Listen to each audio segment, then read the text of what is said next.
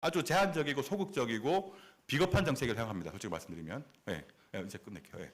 그래서 네, 이것을 이제는 탈세 가이드라인에 기반해서 정말 법에 의해서도 추진되었으면 좋겠고 뿐만 아니라 이 모두를 위한 그러니까 모든 시설 장애인을 대상으로 해서 모든 시설을 대상으로 이루어져야 되고 개인의 퇴소 의사와 관계없이 모두에게 적용되는 그런 탈시설 정책과 지원이 정책이 추진되어야 할 것이고 기존 시설에 대해서도 어떻게 조치할 것인지도 분명히 명시된 그런 정책이 되어야 할 것이고 이 탈시설 지원 체계도 좀 더 공적인 전달 체계를 잘 구축해서 강력하고 집중적인 그런 집중적이고 또 한 가지 신속한 받았네요. 강력하고 집중적이며 신속한 탈시설 지원 체계를 꼭 만들어 주셨으면 좋겠습니다. 그리고 이 지역사회 서비스도 24시간 지원 체계를 어떻게 구축할 것인가 이런 부분들을 모델을 잘 만들어서 집행해 나갔으면 좋겠습니다. 이런 방향으로 국가의 탈시설 정책이 꼭 개선이 되어서 하루빨리 25년이 아니라 지금 정부는 25년이잖아요. 25년 지나도 탈시설이 안 되는 상태인데 우리는 25년보다 조금 더 빨리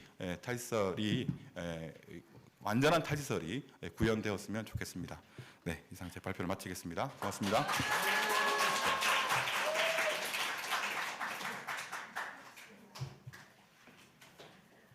네, 이렇게 굉장히 많은 내용을 빠르게 핵심을 콕콕 짚어서 발표해 주신 저희 김기룡 교수님께 다시 한번 큰 박수 부탁드립니다. 네. 네, 아마 제가 생각할 때 가이드라인이 작년에 나왔기 때문에 아마 많은 국가들에서 이 지표를 가지고 점검해 본다면 이행된 지표는 사실상 빵개가 있는 국가가 많지 않을까 싶습니다. 다만 이제 가이드라인이 나온 만큼 또 한국이 상당한 이제 복지의 수준을 이룬 국가인 만큼 관건은 이 가이드라인에 맞춰서 얼마나 빨리 이 이행 지표들을 늘려나갈 것인가 아마 이거일 것 같고요.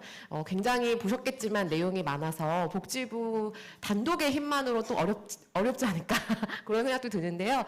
시민사회에서도 함께 힘 모으고 지혜 모으고 또 국회에서도 많은 힘 써주실 것이라고 생각합니다. 그러면 앞으로 이 탈시설 가이드라인 이행에 함께 또 힘 써주시고 지혜를 모아주실 분들을 또 모셔서 대한 토론을 함께 들어보도록 하겠습니다. 우리 좌장님과 발제자, 토론자님 모두 앞으로 나오셔서요. 명패가 있습니다. 명패에 배석된 대로 자리 잡아주시면 감사하겠습니다.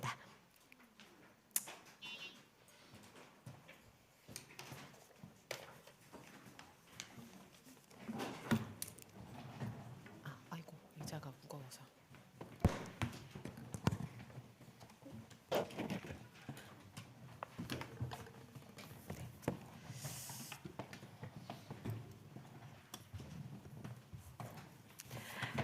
네, 그러면 이제 토론회를 진행해 주실 좌장 김남희 교수님 우리 함께 큰 박수로 맞이하도록 하겠습니다. 네, 안녕하세요. 오늘 UN 탈시설 가이드라인 국내 적용 방안을 위한 토론회에서 사회를 맡은 김남희 변호사라고 합니다. 네, 지금 제가 포스터를 보니까 제가 전 서울대 법학전문대학원 공익법률센터 교수라고 되어 있는데 제가 사실은 지금 변호사도 교수도 하고 있지 않고 제가 지금 탈시설 연구를 하고 있습니다. 네, 올해는 이제 탈시설 연구에 매진하기 위해서 잠시 쉬고 있는데요. 오늘 이렇게 뜻깊은 자리에서 탈시설에 대한 최신 정보와 또 연구를 들을 수 있어서 정말 영광이고요. 저의 연구에도 큰 도움이 될 것 같습니다. 오늘 김기룡 교수님께서 무려 130페이지에 달하는 이 발제문을 생각보다 빨리 잘 정리해서 발제를 해주셔가지고 많은 도움이 되었고요. 또 핵심을 얘기해 주셔서 많은 좋았던 것 같습니다. 근데 한편으로는 교수님의 발제를 들으면서 지금 우리 현실과 너무 동떨어져 있는 게 아닌가 하는 아쉬움이 드는 것은 어쩔 수가 없었습니다. 그래서 오늘 이 자리는 이 UN 탈시설 가이드라인이 과연 국내에서 어떻게 적용되어야 할 것인가 또 그것에 대해서 각계의 의견을 모으고 또 저희의 지혜와 실행 방안을 모으는 그런 자리가 될 것 같고요.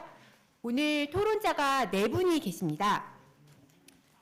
이도현 정다혜 변호사님, 권재훈 사무차장님, 정명현 팀장님 이렇게 4분이신데요. 저희가 지금 시간이 그렇게 많지는 않아서 토론자당 10분씩 토론 시간을 드리도록 하겠습니다. 우선 첫 번째 토론자는 정신장애와 인권 파도손의 이도현 회원님이신데요.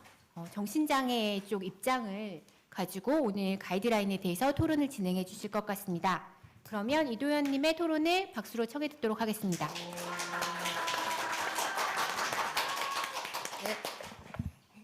안녕하세요. 저는 정신장애와 인권 파도소는 절차보조 사업단에서 동료 지원가로 활동하고 있는 이도현이라고 합니다.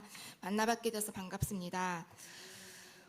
우선 저는 2018년에 조울증 진단을 받고 9개월간의 폐쇄병동, 개방병동에 입원 경험이 있는 정신장애인 당사자입니다. 여러분, 이제는 봄이 와서 그런지 날씨도 많이 따뜻해졌고 거리의 벚꽃 구경도 마음을 설레게 하는 요즘인 것 같습니다. 하지만 저는 마냥 웃으며 즐길 수만은 없었습니다. 제가 하는 일은 정신병원에 입원해 계신 분들을 만나 어디서도 할 수 없는 고민을 들어드리고 그분들의 답답한 심정을 헤아려 드리는 일을 하고 있습니다. 상담을 하다 보면 그분들 또한 3월의 따뜻한 봄을 마음껏 즐기고 싶어 하십니다. 하지만 폐쇄병동에 갇혀 외출이 금지되었다며 그저 병원 안의 좁은 창문이나 작은 쉼터 같은 곳에서 봄을 맞이합니다. 상담을 마치고 돌아올 때면 병원에 계신 분들과 함께 산책도 하고 맛있는 음식도 먹으며 이야기를 가능하고 의사표현도 잘 하시는 편이어서 같이 식사를 하거나 음료를 마시며 대화를 하기도 하고 함께 산책을 하는 등 비교적 자유로운 분위기에서 상담이 진행되었습니다. 하지만 파도손의 동료 상담과 양성 사업은 지난해를 끝으로 더 이상 지속할 수 없었고 종료되었습니다. 현재 파도손은 주로 정신과 병원 입원자를 대상으로 동료 지원 서비스를 제공하는 절차보조 사업단만 운영되고 있는 실정입니다. 그동안 동료 지원가로 일을 하며 많은 정신장애인 당사자분들의 이야기를 들을 수 있었습니다. 그 안에는 오랜 병원 생활로 인해 학습되어진 무기력으로 지역사회에 적응하는 것을 힘들어하는 분도 계셨고 누구보다도 일을 하고 싶어 하시지만 독한 정신과 약을 너무 오래 먹어서 혹은 병원 안에 갇혀 지내느라 쇠약해진 건강 때문에 사회에 적응하는 방법을 잊어버렸다며 힘들어하는 분들도 계셨습니다. 또한 지역사회에 계신 분들 중에는 가족 내 지지체계가 없어 외로움을 호소하시며 혼자 방황하는 분들도 계셨습니다. 정체성을 잃어버린 채 살고 있는 오늘날의 정신장애인들이 너무나도 많습니다. 그들도 인간다워질 권리가 있습니다. 그리고 인간답게 살 권리도 있습니다. 폐쇄병동에 갇혀 지내는 것은 더 이상 치료가 아닙니다. 그 해답으로 이들에게 탈원화가 필요하다고 생각합니다. 정부는 시설이나 병원에 예산을 투자할 것이 아니라 지역사회에 예산을 늘려야 합니다. 후원자를 포함한 제3자가 아닌 정신장애인 당사자의 생각을 존중해주고 그들이 지역사회 내에서 자립할 수 있도록 안전한 지지체계와 제도 시스템이 필요하다고 생각합니다. 병원에 입원해 계신 분들이 정당한 환자의 권리를 보장받고 있는지 제대로 된 모니터링이 필요하다고 생각합니다. 끝으로 장애인의 탈원화를 위해 애써주신 모든 분들에게 감사의 인사를 드립니다. 감사합니다.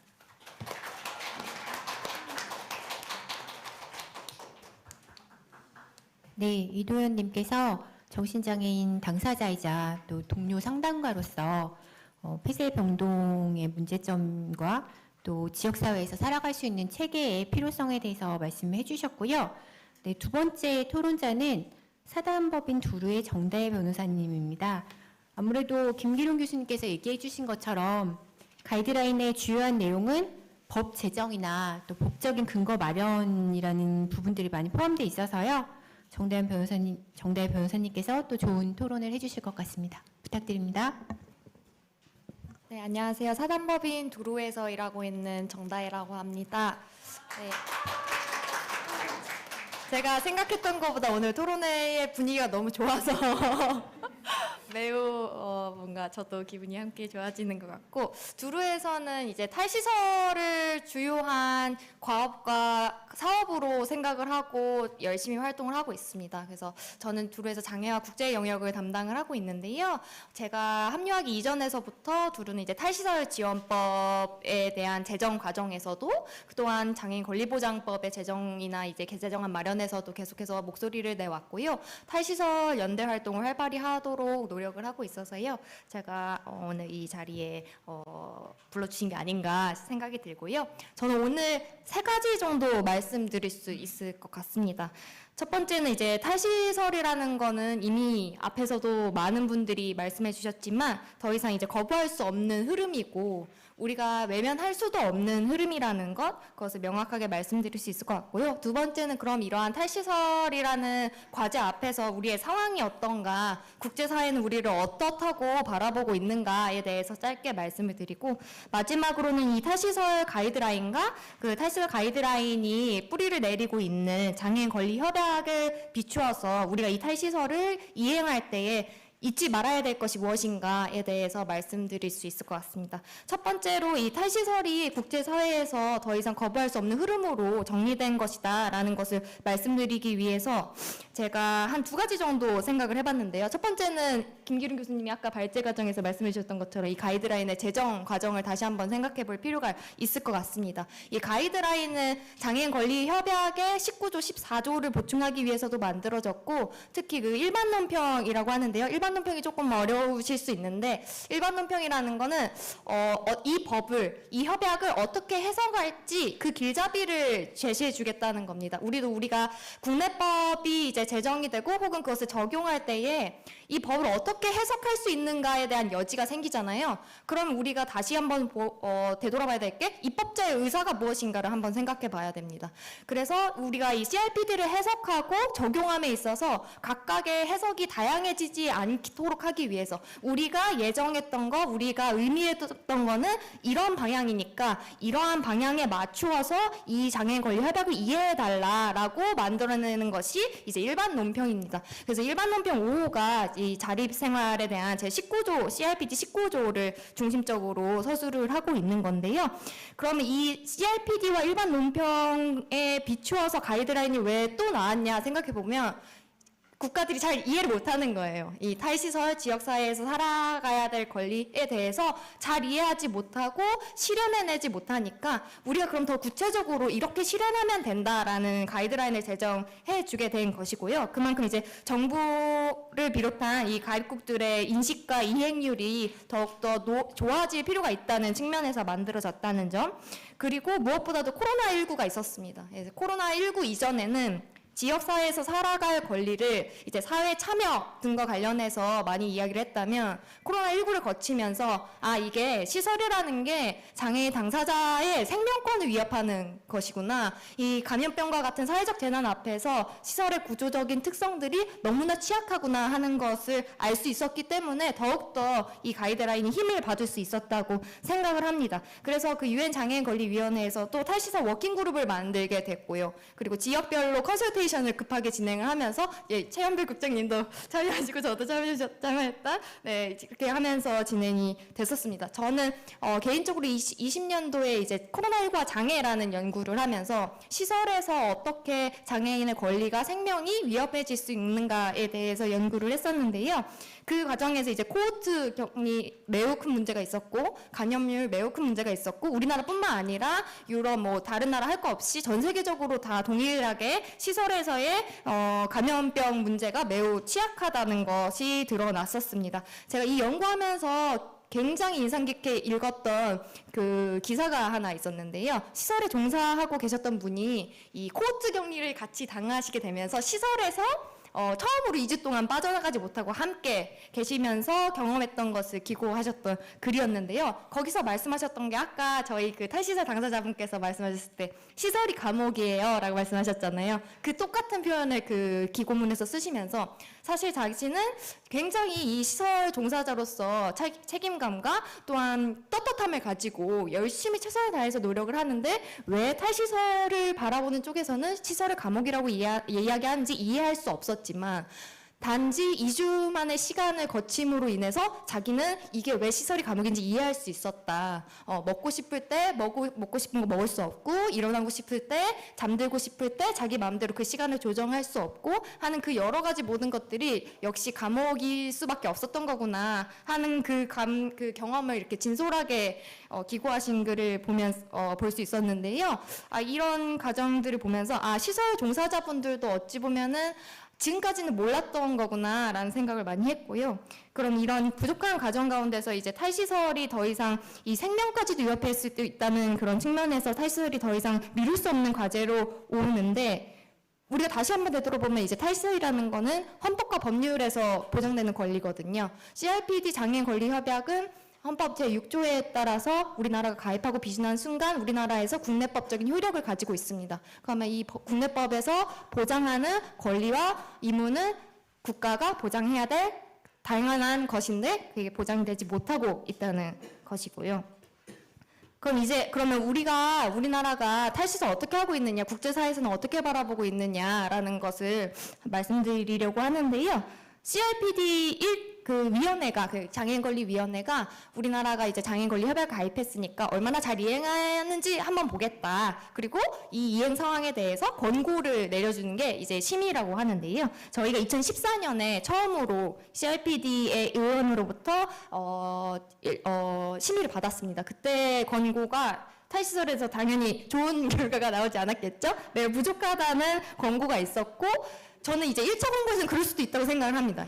처음 가입했고 우리 아직 시간이 좀 많이 부족했다. 그리고 나서 2014년 이후에 8년 만에 2022년도 작년 여름에 제2, 3차 병합 심의가 있었습니다. 그럼 8년이라는 시간이 지났는데 탈시설에 있어서 어떤 진전이 있었을까 하고 보았는데 우리나라의 결과는 사실 똑같았습니다. 예산 부족하다는 거, 지원 서비스 부족하다는 거, 정부 인식 부족하다는 거, 장애 아동, 여성, 그리고 정신, 지적장애를 고려한 탈시설 정책 부족하다는 점, 사실상 1차 권고와 크게 다를 바 없는 동일한 권고가 더 깊은 우려와 함께 우리나라에게 되돌아왔습니다. 8년이라는 시간 동안 진전이 없었다는 점이 매우 아쉽고 또 개탄스럽다는 점을 말씀드릴 수 있을 것 같습니다. 그럼 이렇게 국제사회에서 한국에서 탈시설 부족하다라고 이야기하고 있는데, 그럼 우리 앞으로 어떻게 잘 해나가야 될까요? 오늘 너무 좋은 지표를 개발해 주시고 애써 주셔서 정말 기대감이 생기는데, 제가 생각했을 때 꼭 기억해야 될 거 3가지 정도를 말씀드리자면, 첫 번째로 이제 가이드라인에서도 명확하게 밝히고 있죠. 이 시설이라는 건 선택의 하나로 간주될 수 없다는 겁니다. 어디에서 누군가와 함께 살지를 결정할 수 있는 권리가 장애인에게 있다고 장애인 권리 협약이 제19조에서 이야기를 하고 있는데요. 가이드라인은 그 선택 중에 하나가 시설에서 살기로 한 선택까지 포함하는 것이 아니라는 점을 명확히 하고 있습니다. 그래서 우리 이 부분을 기억해 볼 필요가 있을 것 같고요. 다음으로는 당사자의 목소리 최우선적으로 고려되어야 된다는 점입니다. 이 가족이나 보호자의 목소리나 의사나 견해가 당사자의 목소리나 의사와 견해를 대체하지 않도록 기억해야 될 것 같고요. 마지막으로는 가족과 보호자에게 이 탈시설의 과정을 의지하거나 의존해서는 안 된다는 것을 말씀드리고 싶었습니다. 이 탈시설을 할 때에 가족이나 보호자분들로부터 많은 우려와 걱정의 목소리를 듣게 되는데요. 저는 그건 어찌 보면 당연한 것이라고 생각할 수밖에 없는 게, 정부가 그동안 가족과 보호자에게 의존하지 않는 것을 보여주지 않았습니다. 시설이라는 게 없어지고 지역사회에서 나왔을 때 나라와 우리 정부와 국가가 책임진다는 것을 지금까지 한 번도 보여주지 않았기 때문에 신뢰할 수 없는 것이거든요. 그래서 우리 이 탈시설 가이드라인에서도 밝히고 있는 바와 같이 이거는 가족과 보호자에게 의존하는 과정이 아니라 국가와 정부가 책임지는 과정이라는 것을 명확히 기억하면서 탈시설을 이행하면 좋을 것 같다라는 말씀 마지막으로 드릴 수 있을 것 같습니다. 감사합니다.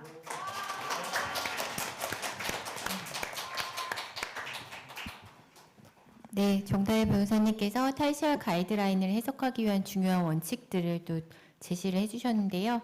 하나는 장애인의 선택에 시설에 살기로 하는 선택이 포함될 수 없다는 점, 그리고 탈시설 과정에서 장애인 당사자 목소리가 최우선적으로 고려돼야 한다는 점, 그리고 마지막으로 이 모든 것들이 국가가 책임지는 과정임을 정부가 설득력 있게 보여줘야 된다는 점들 얘기를 해주셨고요.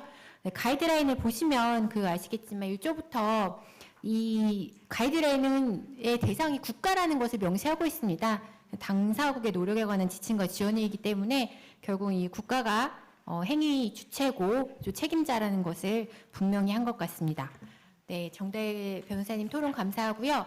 세 번째 토론은 또 장애인 단체 입장을 대표해서 한국장애인단체 총연맹의 권재현 사무차장님의 토론을 듣도록 하겠습니다. 네, 반갑습니다. 단체 입장을 대표하러 나온 건 아니고요. 처음부터 같이 하고 있는데 여러분의 반응 또 이 열정 이런 걸 뵙고 이 같이 하게 된 게 얼마나 뜻깊은가 다시 한번 좀 느꼈고요. 무엇보다 저는 개인적으로 이 탈사 가이드라인 또 이 연구 보고서를 천천히 숙독할 수 있는 기회를 주신 거에 또 감사한 마음이 일단 듭니다. 사실은 탈시설 정책은 현재 없죠. 탈시설 관련 정책이 지금 있는 상황인데요. 그래서 토론을 준비할 때 이 유엔의 탈시설 가이드라인이 어떤 의미를 지닐까 그런 생각을 제일 먼저 하게 됐고요. 일단 탈시설 정책을 논할 때 이 원칙이나 방향 그리고 속도나 방법 이런 것들을 만약에 논하게 된다면 원칙이나 방향에 대해서는 더 이상 논의할 게 없다 해서 종지부를 찍었다 이제 그런 의미가 있지 않나 일단 생각이 들었고 오늘 주제가 국내 적용 이 탈시설 가이드라인에 대한 국내 적용 토론회잖아요. 근데 저는 약간의 반대적인 생각으로 토론을 좀 정리해봤습니다. 같은 맥락이지만 국내에서 어떤 식으로든 관련 정책이 진행되고 있기 때문에 그것들을 어떻게 강화시켜 가느냐를 예전에 없었던 이 탈시설 가이드라인이 중거가 될 수 있지 않을까 이제 그런 생각을 조금 해봤습니다. 토론문 제가 보통 다른 토론에서 시간 되게 조금 주셔서요 넘겨드릴 때 야 이거 시간에 대해 너무 많이 썼나 이런 말씀을 드렸었는데 그래도 10분 주셔서 일단 감사드리고요. 일단 코로나가 전환점이 됐죠. 그래서 이 가이드라인을 저도 살펴보면서 굉장히 크고 강력하게 돌아왔다. 이제 그런 느낌을 받았습니다. 원고에도 썼지만 탈시설에 대한 논의는 탈시설 가이드라인 이전과 이후로 나눌 것 같습니다. 네, 각 주에 제가 썼습니다. 제 생각입니다. 거주시설 바깥에서의 생활을 의미하고요. 또 시설은 협약을 준수하는 것으로 강조될 수 없다. 이 한마디로 정리할 수 있다. 이렇게 지금 다 이해를 하시겠죠. 지금 연구보고서의 정책 개선 방안, 이 원칙 취지, 내용들에 다 동의한다는 입장을 먼저 밝혀드립니다. 일단은 탈시설 가이드라인 의미를 저는 한 두 가지로 정리를 또 한 건데요. 일단 모든 것이 담겨 있죠. 국가의 배상 책임까지 일단 담고 있어서 저 약간 좀 놀라운 부분도 있었는데요. 일단 국제적으로 합의된 또 인권 기준이다. 그래서 그 위상에 대해서 모두가 숙고해야 된다. 이제 그런 생각이 일단 듭니다. 보편적인 국제 기준이고 거기에 따른 구체적인 시사점을 제공한다. 그런 생각. 여기 있는 사람 말고요. 관련된 사람 모두가 들었으면 한다는 취지에서 말씀드립니다. 국제적인 관심사이고요. 연대의 산물이다. 사실 연구 보고서에서도 다 언급해주고 계신 부분입니다. 그걸 제가 한마디로 쓴 것, 더 이상 방향을 논하지 말라라고 일단 한마디로 말씀드릴 수 있겠습니다. 근데 사실은 좀 급진적인 반대하는 진영에서 보면요. 주장들도 담겨 있죠. 시설이 주거 선택지 중 하나라는 주장은 아예 일축하고 있고요. 어떤 타협점도 없다. 이런 맥락을 유지하고 있습니다. 연구 보고서에서도 그 원칙에 기반한 제가 볼 때는 제가 판단할 때 제시 가능한 모든 정책 제안 또 앞으로의 방안을 담고 있어요. 근데 사실은 이제 제가 이제 끝판왕이 아닐 수 없다 이렇게 썼는데요. 기존의 탈시설을 반대하던 진영 입장에서 볼 때 아까 말씀드렸지만 이제 원칙과 방향에 대한 의구심은 이제 할 수 없다. 더 이상 논의가 필요 없다. 그리고 탈시설 관련된 정의나 원칙이나 방법이나 범위는 누가 알려줘? 그런 의구심을 이렇게 제기했던 진영 또는 그런 논리에도 이제는 그렇게 할 수 없다라는 명확한 준거가 되지 않나 싶습니다. 그래서 다른 기준은 이제 없다. 속도와 순서는 다를 뿐이다. 이렇게 제가 좀 적어드린 거고요. 근데 또 중요한 말씀을 좀 드리고 싶은 것은 기존에 지난 정부와 현 정부까지 여러 정책들을 해오고 있죠. 그리고 어떤 식으로든 앞으로 20년 뒤에는 탈시설에 관련된 그림을 그려보겠다. 시범사업 끝나고 보자. 이런 맥락들이 지금 들어있죠. 그러다 보니 찬성과 반대의 입장 차이에 대한 갈등, 그 갈등으로 인해서 명확한 유엔이나 국제적 기준, 여러 가지 원칙과 아직은 부합하지 않는 정부의 입장이 있는 것 같아요. 그래서 수많은 논란도 여전히 있어왔고, 제가 원고에도 적어드렸지만 10가지가 넘죠. 여러 가지 논란이 있어왔는데, 제가 드리고 싶은 말씀은 이제는 탈시설 가이드라인이 나왔으니까 찬성이냐 반대 입장에 대한 이제 논란이 아니라는 걸 다 명확했으면 좋겠다는 겁니다. 왜냐하면 이제는 원칙 방향에 대한 가이드가 나왔고 그건 국제적인 의미가 있고 여러 가지 다 지금 앞서 말씀을 드렸으니까요. 그래서 그 원칙을 향해 가는 이제 방법에 대해서 논의를 해야지 그것들이 찬반의 입장이 여전히 있다라는 논리로 하면 진전이 되지 않겠다. 그런 의미에서 탈시설 가이드라인은 굉장한 증거이자 계기가 되지 않을까, 또 그렇게 삼아야 되지 않을까 그런 생각을 해봤습니다. 사실은 큰 걸림돌은 그런 입장의 차이가 아니라 지금 그런 탈시설이 될까? 필요해? 되겠어? 언제 되겠어? 그동안 우린 뭐해? 이런 두려움, 이런 것들이 더 큰 걸림돌이잖아요. 또 반대를 몇 명이 더 하고 반대 입장은 어떤 다양한 종류가 있냐가 중요한 시점이 아니다. 그런 기준으로 삼아야 되지 않나 그런 생각을 해봤습니다. 국내 적용을 위한 키워드 제가 이렇게 정의했는데요. 이제 연결되는 겁니다. 이제 더 이상은 원칙과 방향에 대한 논의가 무의미하다면 지금 6차 계획에도 아까 여러 번 말씀이 나왔죠. 이 탈시설 용어는 지금 빠져 있습니다. 그래서 탈시설 가이드라인에서 제시하는 탈시설에 대한 정부의 입장을 조금 더 명확하고 구체적이고 공개적으로 선언해야지만 국내 적용의 시발점이 되지 않나 그런 생각을 이제 해볼 수 있겠다 그런 말씀을 좀 드려요. 연구 보고서에도 그런 제안을 주셨죠. 사실 해외 사례도 여러분 다 아시겠지만 제 원고에도 적어드렸습니다. 정부 또는 법원 차원의 판결, 명확한 선언적 의미의 계기가 있었을 때 해외 사례도 큰 진전이 있었습니다. 이런 부분이 이제는 탈시설 가이드라인 이후에 더 전향적으로 이제 갈 수 있지 않을까 그런 생각을 하는 거죠. 사실 정부나 국회 얘기를 안 할 수가 없는데 그 입장을 이유로 해서 그것이 해법 오색의 걸림돌처럼 정부나 국회가 서로에게 좀 미루고 있지는 않나 반성할 계기가 됐으면 좋겠습니다. 각자의 입장도 있고 어려움도 있으시겠지만 탈시설 가이드라인이 나왔기 때문에 제가 이 원고에 사실 이 다운표로 증언을 2개 써드렸는데 각주에 썼습니다. 제가 직접 들은 얘기입니다. 장애계나 단체에서 합의문안을 가져와야 장애계의 여러 현안은 풀립니다. 국회의원이 하신 말씀입니다. 그리고 정부의 주요 고위 인사가 유엔 권리협약에 탈시설 개념이 있나요? 공식적인 회의에서 그런 말씀을 하셨어요. 영어가 길어서 제가 말씀 안 드리겠지만 그 용어는 협약이 없습니다. 라고 누군가 답변을 하신 자리에 제가 있었습니다. 일반 논평 그리고 이 가이드라인 14조의 가이드라인을 보완하기 위한 탈시설 가이드라인의 존재를 아직 고위 관계자께서 모르셨는지 그런 여유가 없으셨는지 모르겠지만 과거는 과거죠. 오늘 이후에 계기로 삼으셨으면 한다는 말씀을 드리는 겁니다. 예, 질문이기 때문에 떴죠.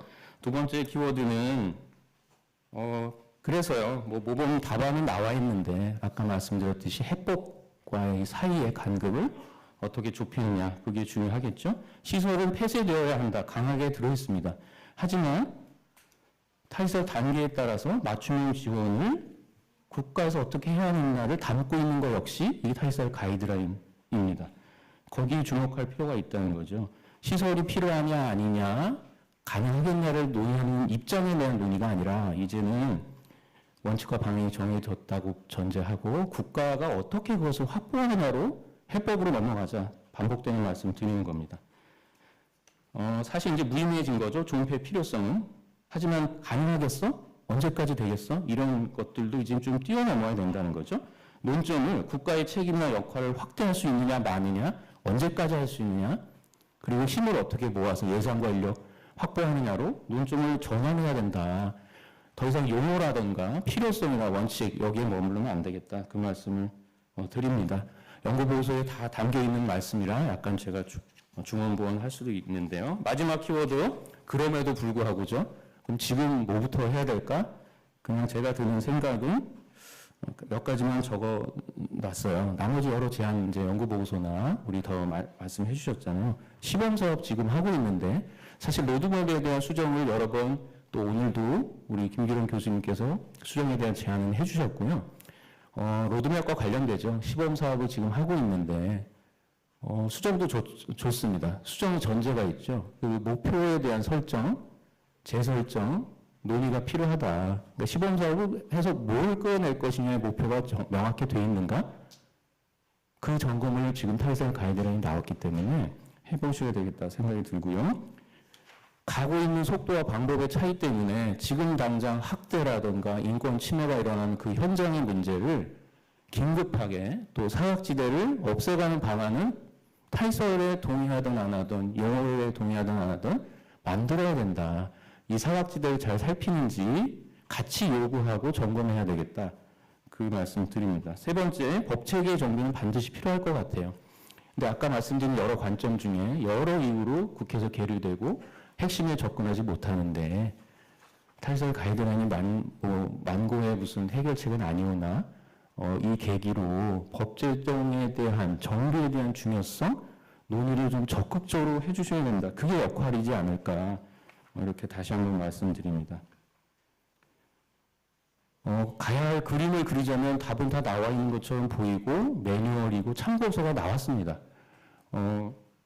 국내 적용에 있어서 정책에 대한 원칙 정부가 수립하고 법제도 정비해야 되겠고 기존 시설의 폐쇄나 축소를 위한 출구 전략도 마련해야겠죠. 근데 중요한 건요. 장애인분들이 그거를 나 어떻게든 바뀌면 내가 시설이 아닌 지역사회에서 살 수 있을까? 신뢰와 믿음을 줄 수 있는 기반이 돼야 됩니다. 충분한 탈선을 위한 정보 제공, 그리고 내가 선택할 선택지에 대한 완성, 그런 당사자 의견을 확인하는 과정, 선택할 수 있는 과정, 이 꿈을 향해 지금 달려가는 거잖아요. 해결책을 자꾸 묻는 자리가 이제 필요한 게 아니라는 거 다시 한번 공감하셨으면 좋겠고, 그래서 탈설 가이드는 굉장히 중요한 계기가 될 것 같다, 이런 말씀 드립니다. 어디서 누구와 어떻게 살지 결정하고 완전히 참여할 사람 권리다. UN 국제적으로 여러 관심사로 인권의 기준으로 촉구하고 있습니다. 이제 그 누가 여기에 권리협약이 있어? 이런 질문이 이제 안 나왔으면 좋겠고요. 이제 누가 어떻게 이해하고 무엇을 해야 하는가 문제로 이제 전환하는 계기가 됐으면 좋겠습니다. 또 다른 시작의 계기가 됐으면 좋겠고요. 아까 말미에 공개해 주신 이행 지표, 거기에 대한 또 여러분들 모두가 포함한 그 부분도 많은 도움이 되는 또 역할을 했으면 하는 바람 또 말씀드리면서 제 발표 마치도록 하겠습니다. 감사합니다.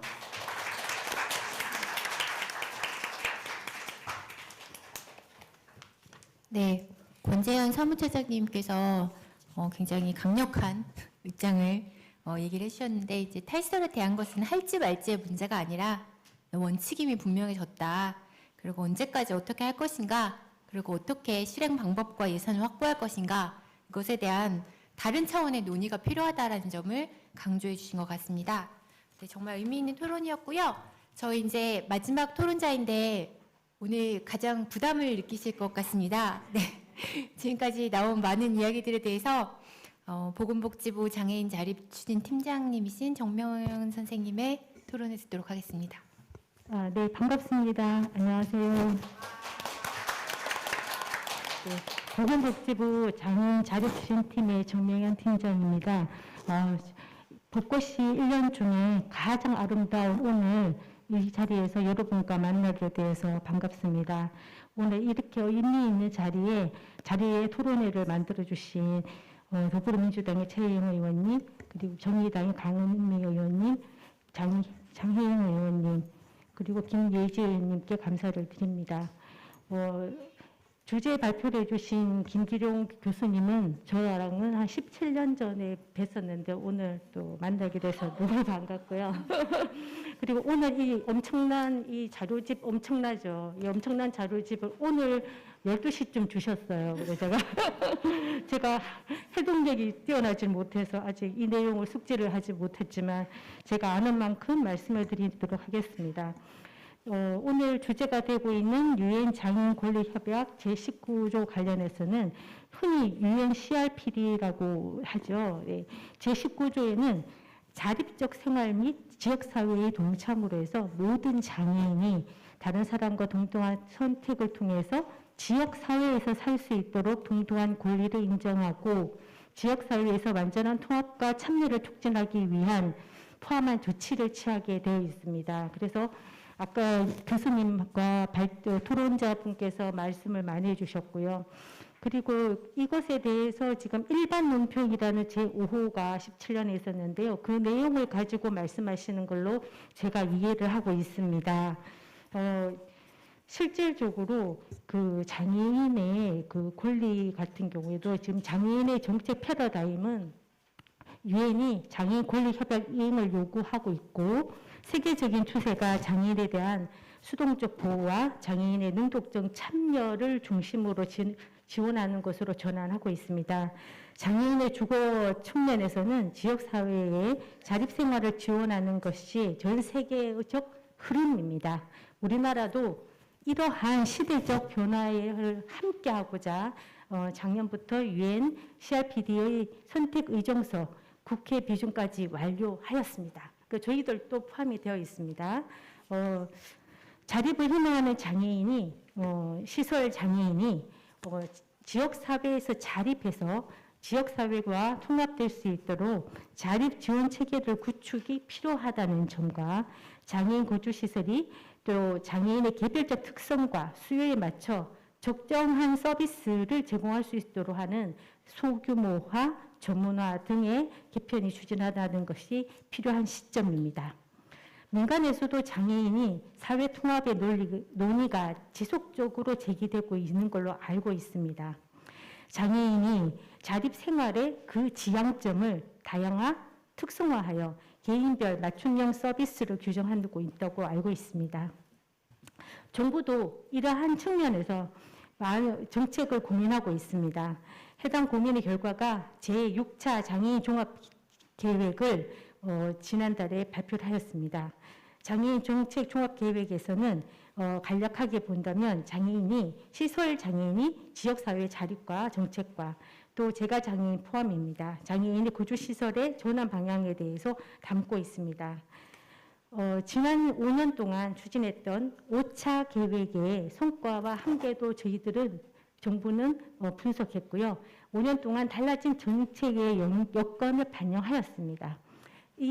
이러한 정책의 방향은 학계 전문가뿐만 아니라 장애인 그리고 당사자, 가족, 복지부 그리고 관계 부처 등이 같이 계획을 수립한 것입니다.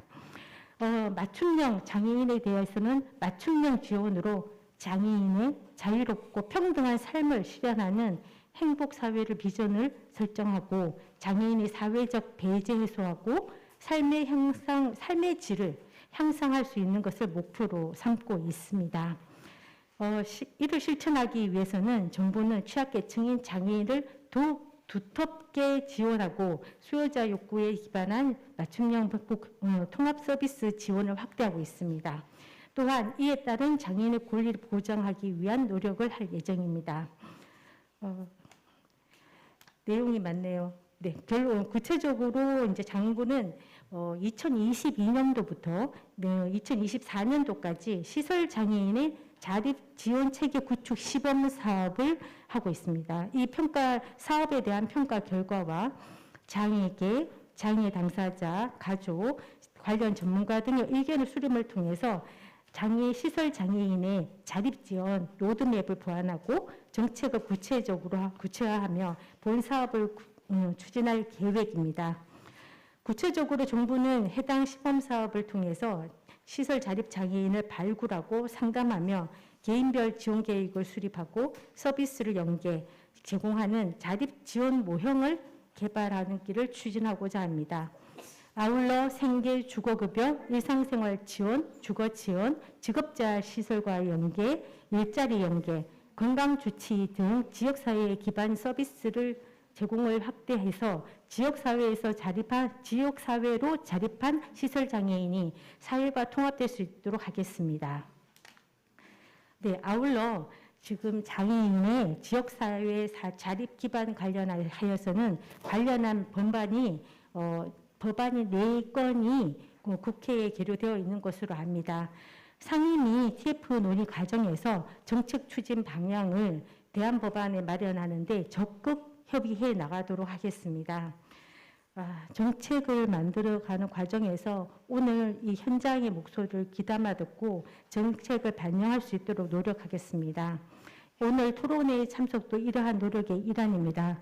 다시 한번 소중한 자리를 만들어 주신 정의당 장혜영 의원님, 강은미 의원님, 더불어민주당 최영 의원님, 국민의힘 정예지 의원님에 비롯한 관계자분들께 감사의 말씀을 드리며 오늘 제가 오늘 현장에서 만나 뵙게 된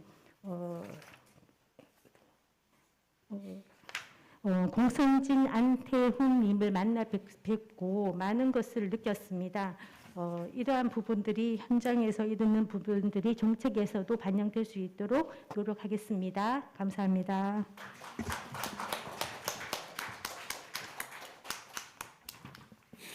네, 정명훈 팀장님 감사드립니다. 네, 그런데 이제 시범 사업 중이신 거잖아요. 시범 사업을 통해서 이제 로드맵을 만들고 자립 장애인을 발굴해서 탈시설을 하는 방향은 좀 너무 소극적인 것이 아닌가라는 생각이 좀 들긴 하는데, 네, 어쨌든 오늘 지금까지 진행된 자립 지원 관련된 정부의 정책 방향에 대해서 공유를 해주신 것 같고요. 저희 이제 지정 토론은 다 끝났고 현장과 온라인으로 질의응답을 하고 이제 발제자님의 마지막 의견을 듣고 마무리를 하면 될 것 같습니다. 그래서 혹시 현장에서 오늘 진행된 이 발제자 토론과 관련돼서 질의나 의견이 있으시면은 저희 의견을 받도록 하겠습니다. 네, 부탁드립니다.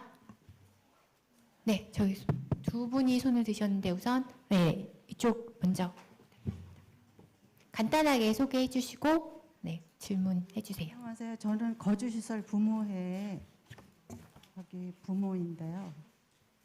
일단 시설이 감옥이라고 늘 프레임을 거시는데 중증 장애인들에게는 아무리 집을 준다 해도 이거는 독방 감옥입니다. 그러면서 24시간 돌봄을 체계를 달라고 국가에다가 전 장관이 이렇게 요구를 하시면서 예산을 많이 달라 하시는데 지금 현재 있는 시설들을 기능부강 사업비를 좀 주면서 있는 시설에서 나가는 걸 원치 않는 사람들에게 좀 좋은 시설을 더 원하지도 않아요. 기능부강 사업비라도 많이 확보해서 그 안에서 잘 살게 해주셔야지 무조건 탈시설 시키는 것만이 답이 아니에요. 대기자 부모들도 많은데 시설만 다 탈시설을 10년 내로 한다고 하시는데 우선 그렇게 사람들이 많이 필요하시면 대기자 부모님들을 좀 만나보셔서 말씀을 들어주시고요. 24시간 돌봄을 위해서 예산을 많이 요청하시는데 그 많은 예산이 국민들의 세금이라고 국민들이 알면 얼마나 많은 호응을 받겠습니까?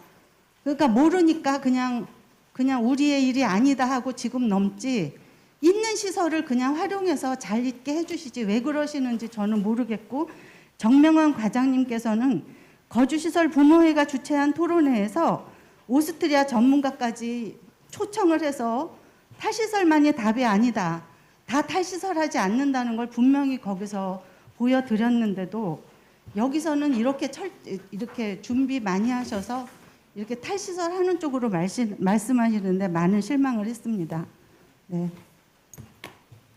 네. 이상 정명원 과장님께서 말씀해 주시기 바랍니다. 네, 질문 다 진행하고 답변을 듣도록 하겠습니다. 다음 질문 부탁드립니다. 안녕하세요. 장애인 언론 비마이너의 하민지 기자입니다. 방금 질문 내용이랑 아예 반대되는 질문인데요. 탈시설 로드맵 처음에 발표됐을 때 이걸로는 부족하다는 장애계 의견이 많이 있었습니다. 근데 지난번에 발표된 6차 종합계획을 보면 탈시설 로드맵 정책이 후퇴되는 거 아니냐고 우려할 만한 계획이 있어요. 정부는 장애인의 자립 및 주거 결정권을 강화하겠다라고 하면서 이제 시설을 주거 선택지의 하나로 인정하고 이 방향으로 로드맵을 수정 보완하겠다고 밝힌 상황이거든요. 근데 방금 권재현 대표님께서 말씀하신 것처럼 탈시설 가이드라인은 이제 그런 의미가 아닙니다. 제대로 탈시설 가이드라인을 적용해서 부족하더라도 탈시설 로드맵을 후퇴시키지 않고 진행할 계획이 있으신지 궁금합니다. 네, 지금 손 드신 분?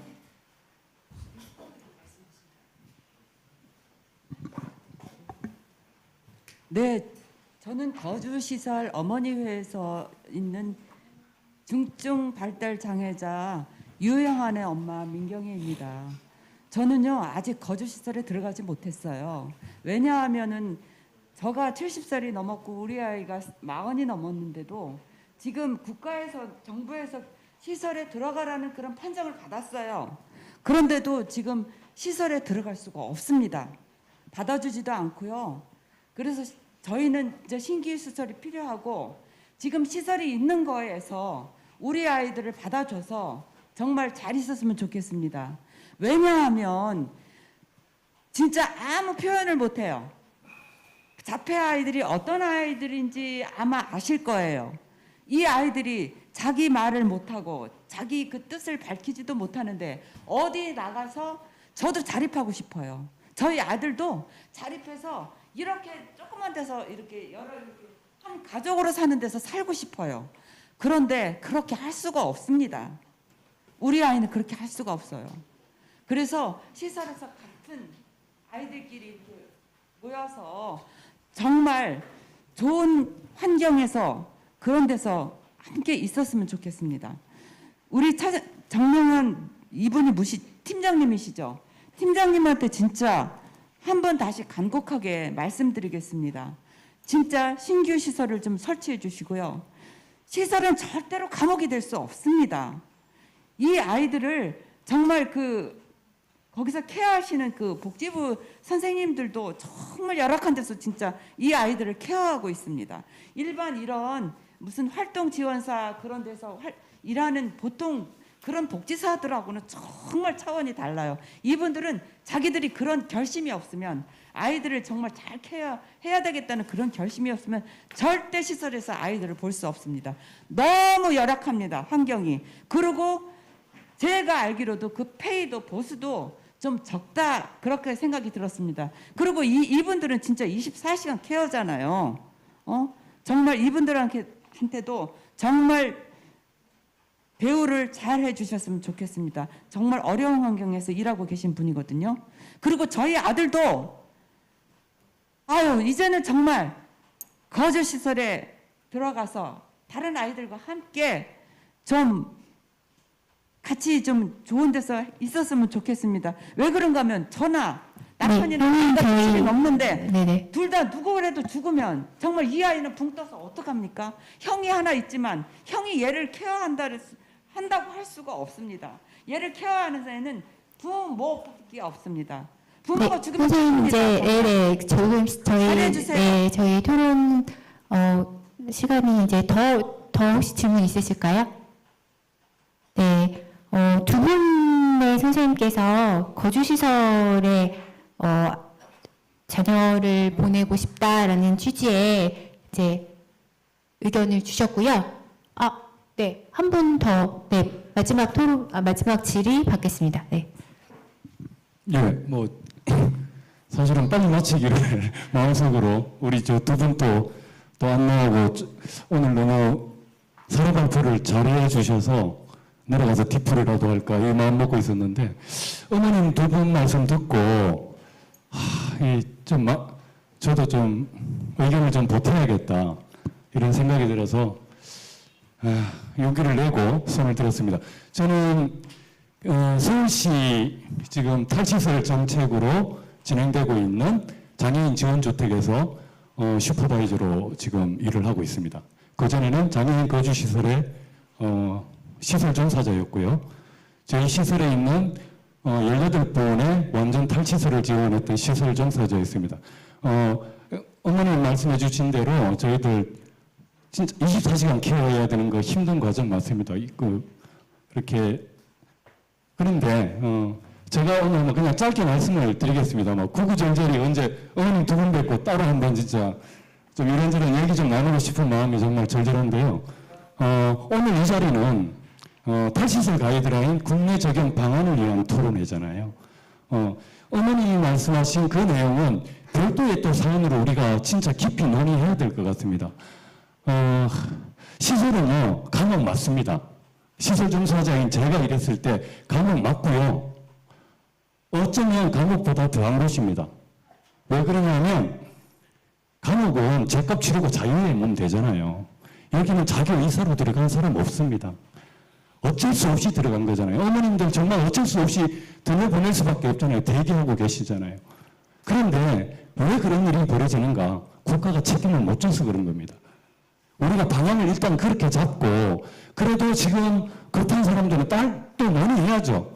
그러나 이 탈시설 가이드라인 국내 적용은 이제 이게 반대해서 될 일이 아니라는 거 우리 어머님들이 다시 한번 생각해 주셨으면 좋겠고요. 시설 정말 감옥 맞습니다. 아까 제가 쭉 그 발표 내용 중에 딱 귀에 들어왔던 게 당사자 중심이 다른 게 아니라 우리는 감옥 아니라고 하죠. 정말 아까 기능 보강해가지고 그 시설 종사자들 월급도 올려주고 좀 더 좋게 어느 시설 그 법인 대표 말하더라고요. 천국같이 우리는 만들겠다. 당사자한테 물어보십시오. 손가락 들고 또라이라 그럽니다. 진짜요. 실제 그렇게 이야기합니다. 가능하지 않은 겁니다. 누구에게 천국인가? 이 탈시설 정책을 시행을 할 때 누가 반대하는가? 시설을 운영하는 법은 민간 법인입니다. 예, 그래서 제가 정리할게요. 네, 알겠습니다. 제가 알겠습니다. 어머님 제가 따로 한번 얘기하는 걸로 하고요. 제가 드리는 말씀은 아까 그래서 여기에 나오는 얘기 중에 가족, 누구 옆에 있는 이해관계자 이 사람들의 주장이 아니라 그것까지도 시설화라고 하는 겁니다. 그래서 이 탈시설 가이드라인 국내 적용 방안을 위한 토론이라는 이 중심은 우리가 잘 이렇게 격려하고 힘을 실어가면서도 지금 현재의 문제는 현재의 문제대로 풀어갔으면 좋겠다. 저 좀 하여튼 죄송합니다. 어머님 너무 양해 좀 해주시고요. 고맙습니다. 네, 질의 마지막으로 마지막 한 분만 듣고 이제 진행하도록 하겠습니다.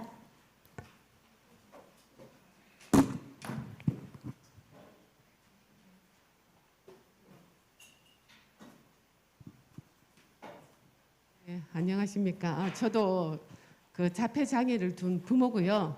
현장에서 일하고 있는 사회복지사이기도 합니다. 두 분 어머니 말씀 의견 충분히 공감하고요. 지금 이 자리에서 탈시설 가이드라인 국내 적용 방안을 위한 토론회랑 상관없는 일일 수도 있지만 하나 제안을 하고 싶어요. 금방 이렇게 시설 대기를 앞두고 계시는 노령 부모님들은 사실은 현장에서는 굉장히 걱정 많이 하세요. 시설 탈시설 이런 거 다 차치하고라도 내가 당장 죽음을 앞두고 있어. 언제 갈지도 몰라. 내 자녀는 어떻게? 그런 걱정을 하고 계시니까 전장년이든 어디든 이분들을 설득하는 자리라면 조금 모순이겠지만 아까 말씀하신 국가 책임이야. 그래서 안심하고 돌아가셔도 내가 지역사회에서 자립하고 살 수 있다는 그런 내용들을 가지고 토론회가 됐든 어떤 식으로 됐든 그런 자리가 좀 마련됐으면 좋겠다. 말씀드리고 싶습니다. 이상입니다. 네. 네, 선생님 감사합니다. 네, 그러면은 저희 현장 질의는 여기까지 봤고요. 네, 유튜브에서 온라인 질의도 있었는데요. 제가 온라인 질의를 읽어드리도록 하겠습니다. 하나는 거주시설에서 그 거주시설 입소되기 인원에 대해 그 탈시설 관점에서 해야 할 조치가 가이드라인에 있는지에 대한 질문이 있었고요. 그리고 그 주거 지원 정책이 어떻게 진행되고 있는지, 왜냐하면 탈시설 하는데 이제 그 비용이 너무 많이 든다라는 그런 질문이 있었습니다. 그리고 마지막으로 정부에서 가이드라인 국내 적용에 따라 어떻게 탈시설 예산을 적용할 건지, 이것은 그 정명현 팀장님께 대한 질문인 것 같아요. 네, 그래서 지금 이제 그 현장 질문이 있었고, 현장 질문이 한 4-5개 있었고, 그다음에 유튜브 질의가 3개가 있었는데요. 제가 보기에는 이제 그 절반 정도는 정명현 팀장님께서 좀 의견을 주셔야 될 것 같고, 나머지는 저희 김기룡 교수님께서 좀 대표로 답변을 해주시면 될 것 같습니다. 그러면 우선 정명현 팀장님께 잠시 마이크를 넘기고, 그 다음에 김기룡 교수님께 다시 마이크를 드리도록 하겠습니다. 네. 어머니 주신 말씀이 이제 장애인 거주시설에서 들어가야 되는 대기라든가 거주시설의 기능 보강 관련해서 말씀을 해주셨습니다. 정부는 장애인 거주시설이 장애인의 개별 특성과 수요에 맞춰서 적정한 서비스를 제공할 수 있도록 예전처럼 큰 대규모화가 아니라 좀 소규모화하면서 전문화된 서비스를 지원하는 쪽으로 저희들이 개선하고 있습니다. 그래서 어머니께서 우려하시는 내용들을 담아서 가는 부분이 있습니다. 두 번째, 시설 자립하시는 분에 대해서 말씀하셨는데요. 우리가 치약을 짤 적에 어떻게 해야 되죠? 한쪽은 잡고 있고 한쪽은 이제 뚜껑을 열어야 치약을 짤 수 있죠. 자립을 희망하시는 분들이 있습니다. 자립을 희망하시는 분들은, 시설에서 희망하시는 분들은 그 장애인이 지역사회에 나오셔서 자립해서 살아갈 수 있는데, 이때 중요한 문제는 지역사회와의 통합입니다. 이렇게 통합될 수 있도록 자립지원 체계를 구축하고 같이 가야 되는 부분입니다. 이 부분이 같이 가야지 시설에서 나왔을 때 자립은 더 의미가 있습니다. 세 번째입니다. 계속 논의가 되고 있는 UN CRPD 장애인 권리 협약인데요. 이 장애인 권리 협약에는 여러 내용이 들어가 있습니다. 장애인 전반적인 내용이 다 들어갔는데, 오늘 주제가 되고 있는 건 제19조입니다. UN CRPD 제19조에는 자립적 생활과 지역사회의 통합을 내용으로 하고 있습니다. 내용은 모든 장애인이 다른 사람과 동등한 선택을 통하여 지역사회에서 살 수 있도록 동등한 권리를 인정하고 지역사회로의 완전한 통합과 참여를 촉진하기 위한 조치를 취하도록 해야 한다. 장애인은 지역사회에서 생활과 통합을 위해 활동보조 등을 포함하여 가정 내 지원, 주거 지원 등에 대한 접근을 할 수 있어야 한다. 다른 사람과 동등하게 자신의 주거지, 동거인을 선택할 권리를 가지고 특정한 주거 형태를 취할 것을 강요받지 아니한다. 이 부분은 좀 전에 말씀하신 시설 이용을 하시는 어머니와 탈시설 관련한 자립에 대한 내용과 해당하는 내용들을 많이 포함하고 있는 내용들입니다. 그래서 오늘 제가 드릴 수 있는 말씀은 어머니들께서 고민하시는 부분들을 저희들을 같이 고민하고 있고, 지난번 토론회 때도 와주셔서 감사하고요. 오늘 또 말씀 들어보시고 같이 생각해 보시면 좋겠습니다. 그리고 온라인에 올라왔던 그런 의견들도 감사히 받겠습니다. 고맙습니다. 네.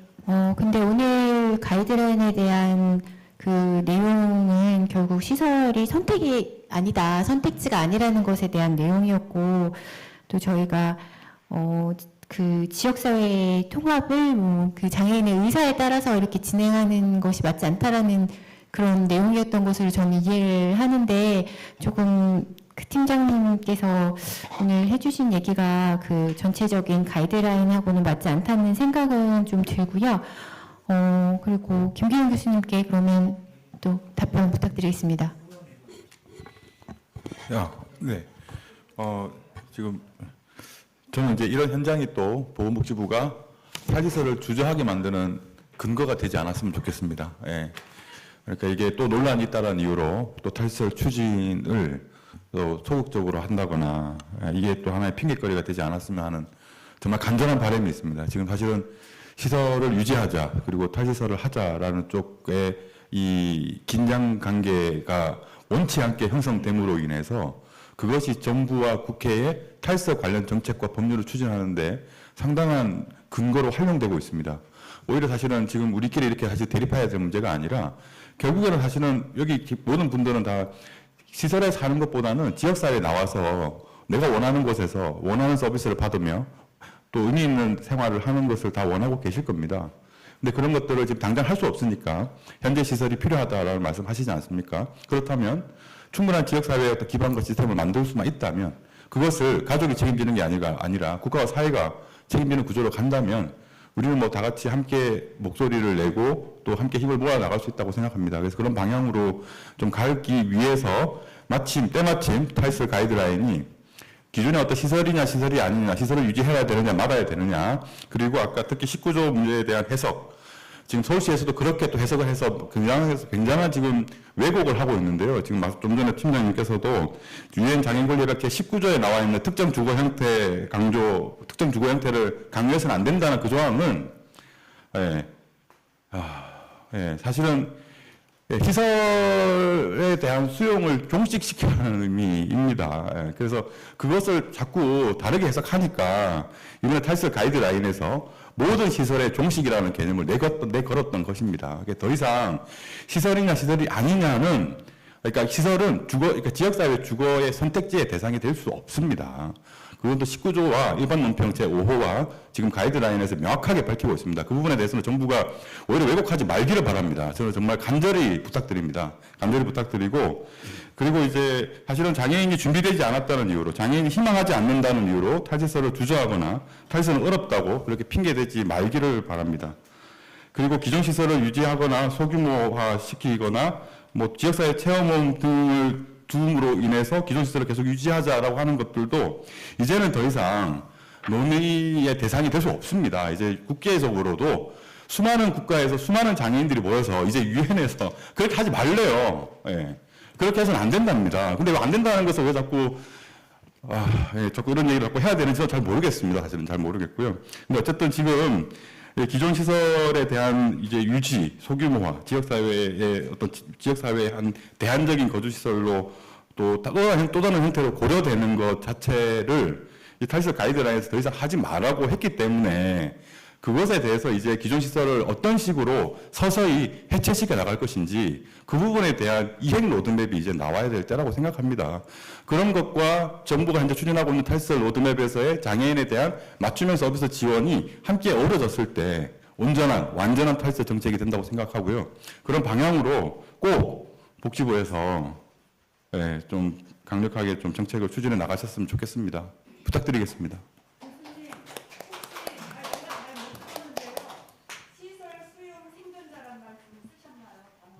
네, 그게 아니고 위에 가이드라인에 들어가 있습니다. 그 내용이.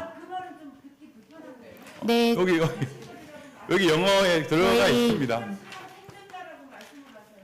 서바이벌즈라고 되어 있습니다. 네. 네. 그렇게. 네.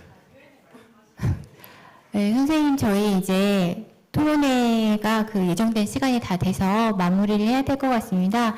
저희 오늘 굉장히 그 많은 분들이 다양한 의견을 전달해 주신 것 같은데요.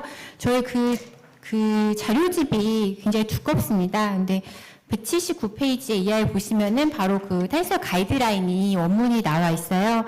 시간이 되시면 이거 내용을 다 읽어보시면 정말 많은 도움이 되실 것 같고요. 특히 이제 지금 179페이지 맨 마지막 줄에 시설 수용이 장애인의 보호 조치 혹은 선택으로 고려되어서는 절대 안 된다 라고 써 있는 그 문장을 이 토론의 마지막으로 다시 한번 말씀을 드리고 싶습니다. 네, 오늘 장시간 같이 해주신 여러분 감사드리고요. 네, 오늘 토론회는 이것으로 마치도록 하겠습니다. 감사합니다.